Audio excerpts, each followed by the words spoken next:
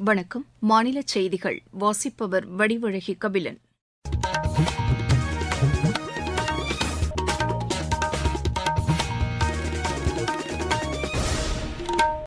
தலைப்புச் செய்திகள். உள்நாட்டில் உற்பத்தி செய்யப்படும் பொருட்களுக்கு மக்கள் ஆதரவு அளிக்க வேண்டும் என்று மத்திய வேளாண் அமைச்சர் திரு சிவராஜ் சிங் சௌஹான் கேட்டுக் கொண்டுள்ளார்.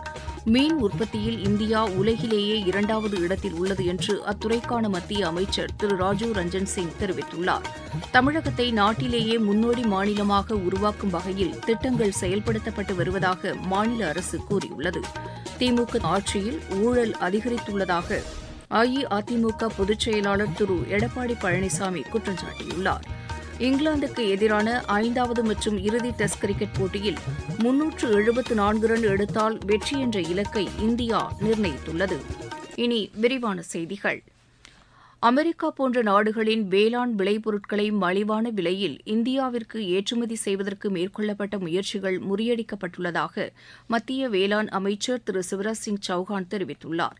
பாட்னாவில் உள்ள பீகார் விலங்கு அறிவியல் பல்கலைக்கழக வளாகத்தில் நடைபெற்ற நிகழ்ச்சியில் கலந்து கொண்டு உரையாற்றிய அவர், இதுபோன்ற நடவடிக்கைகள் விவசாயிகளுக்கு பாதிப்பை ஏற்படுத்தும் என்று கூறினார்.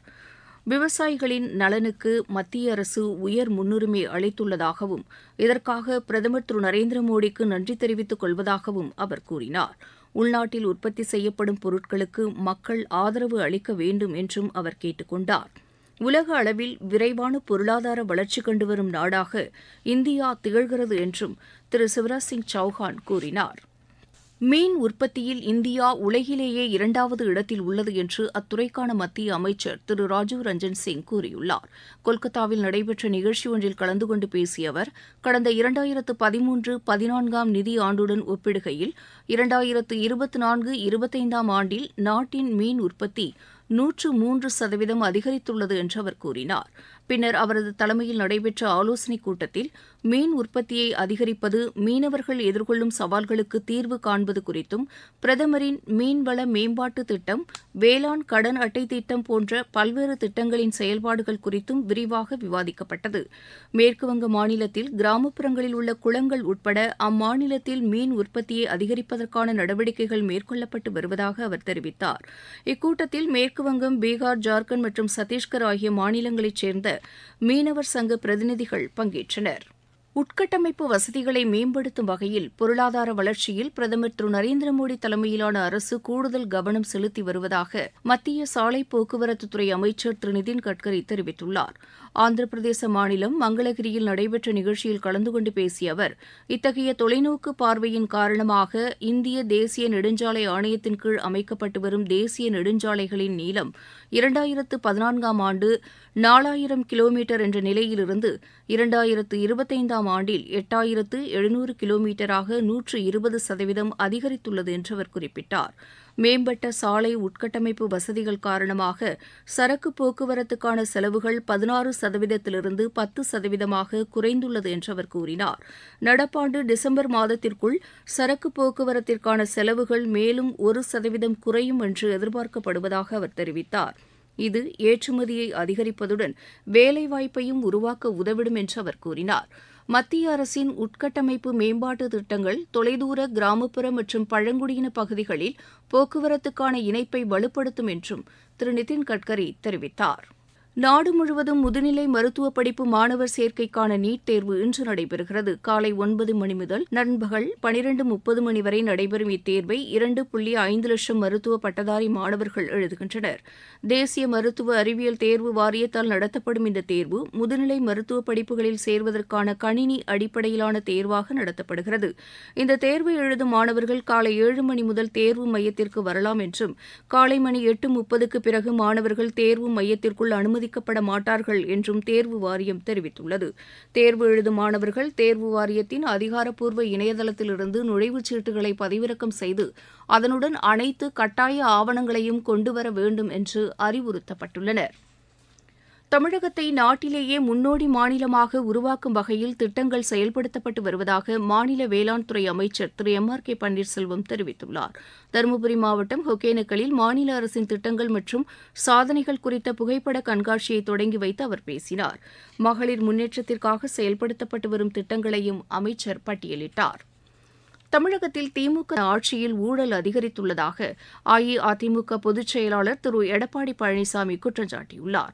நெல்லை மாவட்டம் பணக்குடியில் பிரச்சாரம் மேற்கொண்டு பேசிய அவர், வரும் சட்டப்பேரவைத் தேர்தல் வாரிசு அரசியலுக்கு முற்றுப்புள்ளி வைக்கும் தேர்தலாக அமையும் என்று கூறினார்.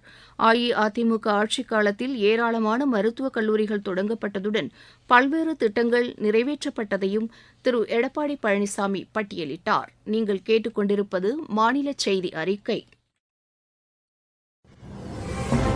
மோடி அரசின் 11 ஆண்டுகள் உலக பொருளாதாரத்தில் 4ஆம் இடம், உலக தரத்திலான கட்டமைப்பு வசதிகள், 25 கோடிக்கும் மேற்பட்டோர் வறுமையிலிருந்து மீட்பு, 86 கோடிக்கும் மேற்பட்டோருக்கு இலவச உணவு தானியங்கள், அனைத்து துறைகளிலும் வளர்ச்சி, சேவை, நல்லாட்சி, ஏழைகளின் நலன்.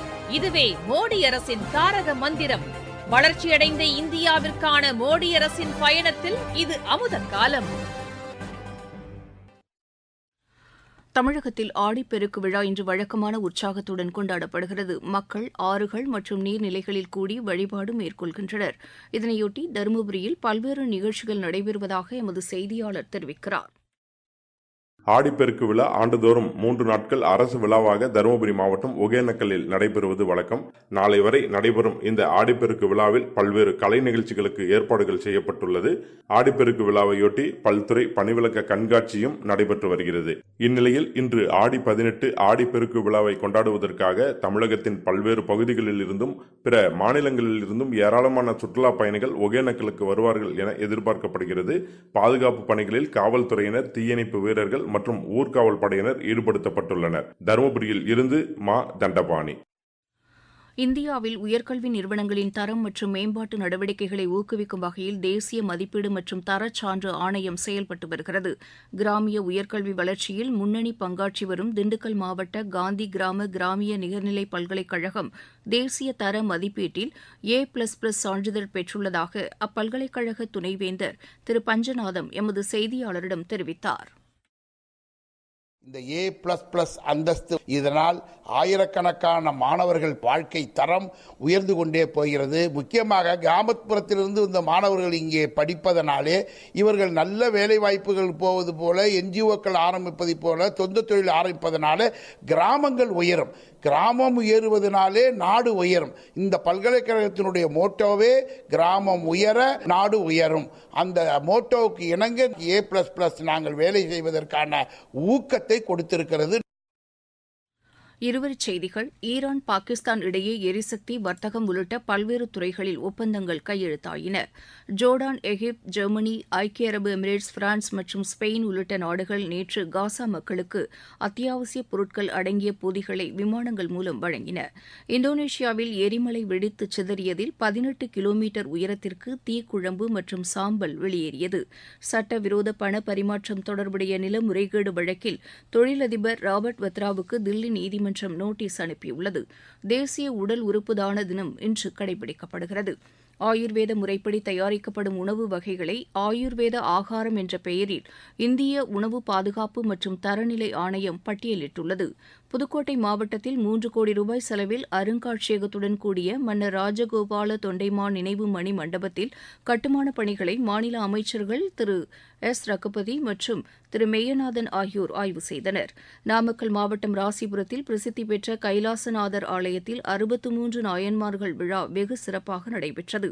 தமிழ் திரைப்பட நகைச்சுவை நடிகர் மதன்பாப் உடல்நலக்குறைவு காரணமாக சென்னையில் நேற்று காலமானார்.